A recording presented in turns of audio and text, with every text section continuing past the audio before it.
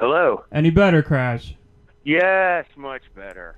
That's Perfect. weird. But all right. Perfection achieved. I don't know. What's going on, dude? Oh, it's been a fantastically terrible day today. Really? I'm glad to be on there with you guys, though. Thanks, man. I feel safe now that I'm with total strangers over the internet where no one Right. can see me. That's the best. Oh man, Crash. So how's it going on your end? We're doing all right. I guess it's going good. Trying to get Skype working. What Okay. you're the author of Midnight Me and Bob Macabre, right? Yes, I am. It was a, me and Trisha made this book, and I'm amazed that anybody's interested in it. No, I'm just kidding. Yeah, I listened to her interview, and she pretty much got the story pretty accurate. It's a children's book, but it's really not a children's book. And if you guys have looked at it or checked it out, then you get it. And her artwork, puts the real twist on it, because it's kind of it's a weird subject matter, and I don't know if how many of your listeners are even familiar with this whole thing, but it's just a weird. I don't know. It's hard to explain. It's kind of a weird phenomenon that it even happened, and it's getting some attention. And the second half of the story is I'm in the process of trying to get that together, and it took a really long time for this book to come out. But there's actually 2 more parts that'll be coming out, but it won't take nearly as long. Writing is relatively easy. It's just the problem is trying to organize all of your thoughts before you put them down on paper. It's hard, right? Anybody can write. Anybody can sit down with a pen and write words on a piece of paper. But thoughts are the enemy. So trying to deal with those and organize them, and but no, really, it's been a really cool. It's been a big trip, man. The whole thing, and it's gotten some really good positive response, and it's weird. The whole idea really was to write something for one kid, and and then now there's I guess a couple thousand at least out there. How did it come to that? Did other people did you post it anywhere and people were like, I want a print version of this, or? Well, it's basically self-published through CreateSpace, and it came. We ordered a couple boxes worth of books, and I think something came out in the local paper. And it was kind of unexpected. I'd gotten a phone call from a guy who wanted to write a little something about it. I figured, in the little book section of the local paper, there'd be a little 3-line paragraph. And, one morning I woke up and I had gotten a bunch of text messages, and people were like, man, the whole inside of the paper's covered with pictures and all this other stuff from the book that you and Trisha made. And I was like, what?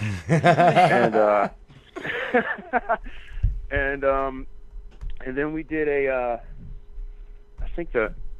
we did a little book signing on Easter Sunday, and in a bar. And loads of families like to go out to bars at noon on Easter Sunday, right?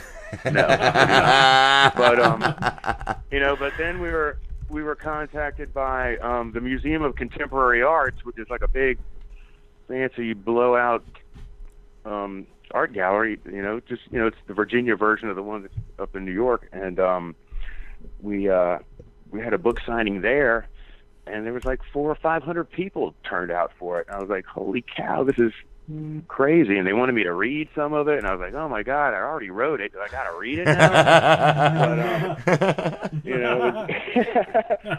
But she gave you pretty much the backstory in a nutshell.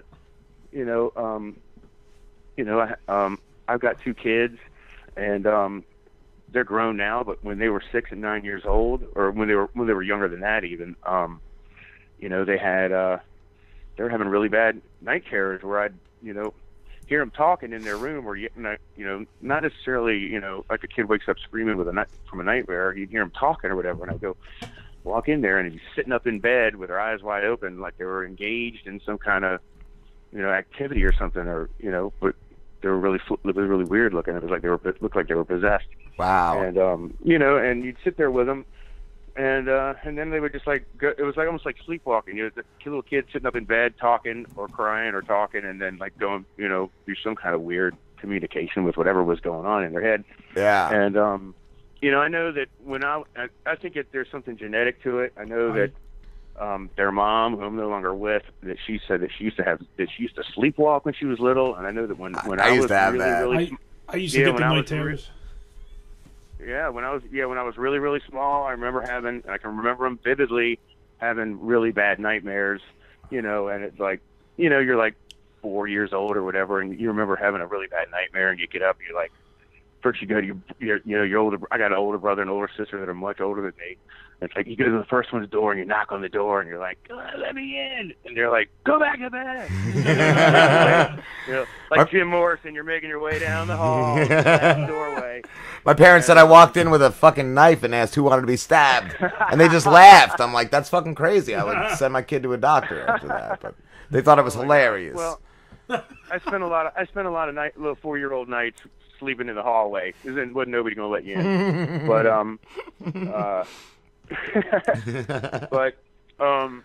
yeah. So what happened was, I tried to figure out, what am I supposed to do about it, because it didn't seem like something you could ignore, because it was scaring me, I think, as much as it was scaring them, or just it was just so strange. And so I would say, do you remember having any dreams last night or having a nightmare? And at first it was like, no, and then they would go on, and then when they got a little bit older, my son, he was starting to remember them, and he didn't want to go to bed at night. Most kids don't want to go to bed. They're like, why do I got to go to bed? And he was afraid to go to sleep, and he was even afraid to go in the room, and so I would ask him what to explain to me, what the nightmares were. And he started explaining what they were, and then I got this idea that, because I would read to him before he went to bed, do anything I could to comfort him before he went to sleep, him and his sister. And, so I came up with this idea if before he went to bed, I told him a bedtime story that was sort of a twisted, kind of funny, based on one of the nightmares that he had been having. That the idea was that if he fell asleep and went into this nightmare, there would be something humorous stuck in his mind about the same situation or whatever, so that he would be able, somehow that worked. That's cool. And and so I was like, well, I'm gonna, I remember I was telling a friend of mine about it, and they were like, you should write those down. And so I started writing them down and made like a little collection of them. And then it was like, I went to a Halloween party that Trisha and her husband Gordon were having at their house, and I walked into their house, and it was like, undead dolls and eyeballs everywhere. And I mean, the inside of their house is like, it's like Grandpa Munster's, dungeon or something. I mean, there's literally jars and, umbrella stands full of bones and stuff. And these are all things, that she uses for the different art projects that she does, but they were everywhere. And I was like, this is incredible. And I, was telling her about this story. And she's like, oh, well, I do like some comic art too. And she whipped out this huge binder of all this art that she had done, that she had drawn, and they were like, it was like twisted Charles Addams meets kind of a Roman Dirge, Invader Zim, kind of a, I don't know, but it was really, it was in its most like primitive stages, like the type of stuff that she was doing way back then.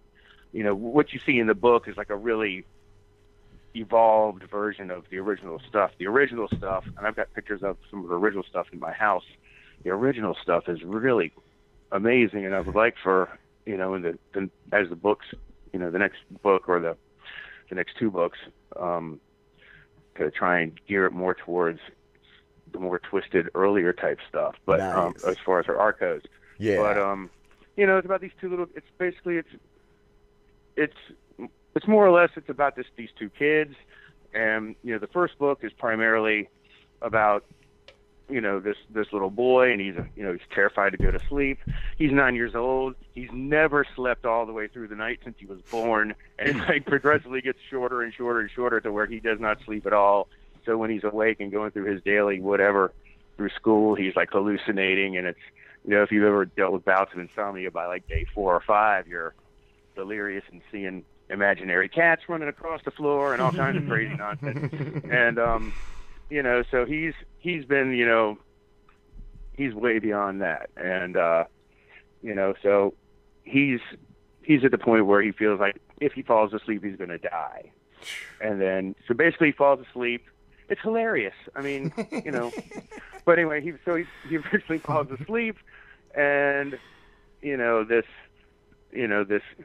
character, you know, whose job is to, you know, screw with all the nightmares. You know, it's like you got, you know, all these horrible nightmares running around at nighttime, and then there's this character that his job is to just screw with with those that are in charge of the whole nightmare world or whatever. So, and that's this Bob Macabre character, and he's like, you know, he speaks in like, you know, outrageous nonsense and, you know, gibberish, you know, mixed with you know, sort of, I don't know, quotes or anecdotes, you know, that somehow seem to make sense or whatever, or at least they would make sense to a kid who has limited, you know, mental capacity because it's been diminished because he hasn't slept in so long. But and the whole thing rhymes, you know, like a Dr. Seuss type thing. Yeah. And you know, combined with the artwork that she's done, and the artwork has like all kinds of hidden stuff in it. You know, every page that she's done an illustration for has got all kinds of hidden stuff in it, with like hidden punk rock references from different weird stuff, or you know, political stuff in it, or, you know, even the borders. You know, she spent, you know, for one page she hand drew these little borders around each one of them, and all the borders have like little hidden words and messages in them. Wow. You know, that, you know, would take forever for somebody to pick up on, and, you know, and there's all kinds of little, you know, when in the creation and writing of the whole thing, there's all kinds of hidden meanings behind, you know, the different things, and there's a reason why he goes through these nightmares in a particular order, and, you know, it kind of ends with a cliffhanger to lead you into the next book that I'm working on right now, which is, what happens is his crazy ass little sister gets pulled into him with him, and you know, if you've read any of the book at all, or at least the first 5 pages, you get a description of, you know, his little sister who's completely bonkers. Yeah. And you know, and I think she probably reminds most kids of their younger siblings, for sure. Yeah. Well, I mean, you know, that's what they were like, literally, at that age.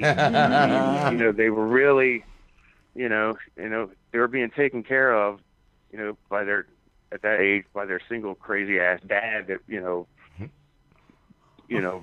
was doing, you know, who suffers from enough arrested development himself, is barely matured beyond the age of 13, but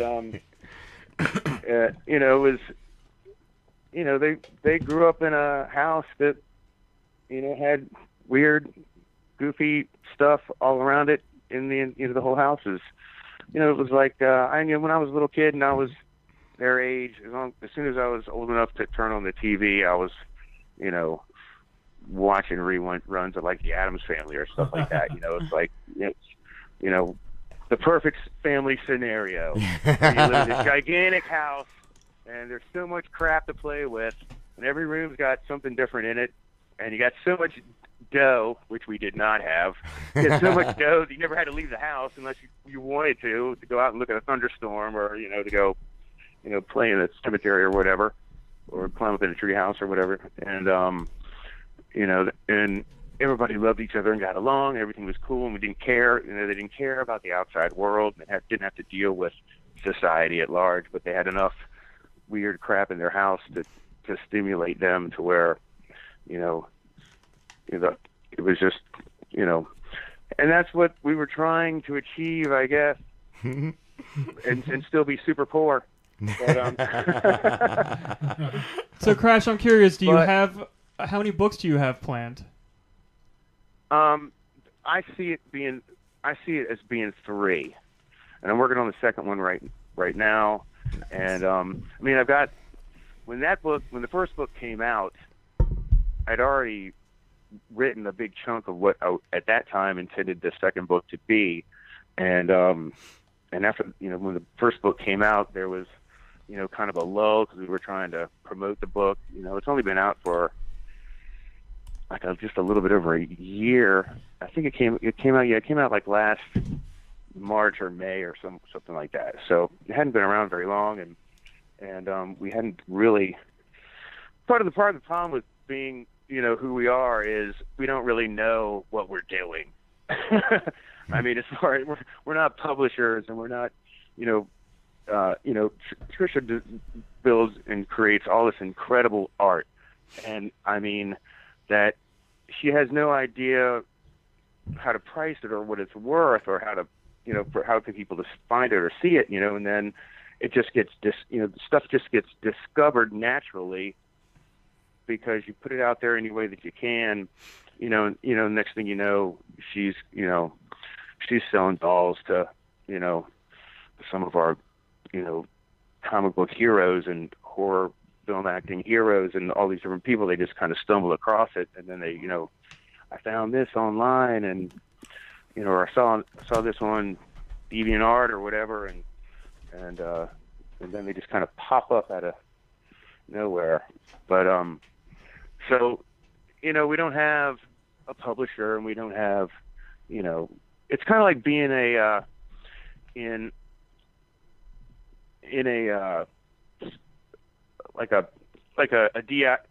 do it yourself band that makes their own demo and then doesn't know what the hell to do with it, and it's really cool, but nobody's ever going to see it or hear it unless something accidentally happens, and people get their hands on it. But it's those that have, we got a really good response, and we had a signing on Edgar Allan Poe's 100 and somethingth birthday at the Edgar Allan Poe Museum here in Richmond, Virginia, and there was a killer turnout for that, and I'm sitting there at this table, and I got parents coming up to me, that look perfectly normal, like that would never talk to me walking down the street in a million years, and they're like, I found this online, and I have a child that has these horrible night terrors, and we couldn't find anything about how to deal with it either, and we found that your book.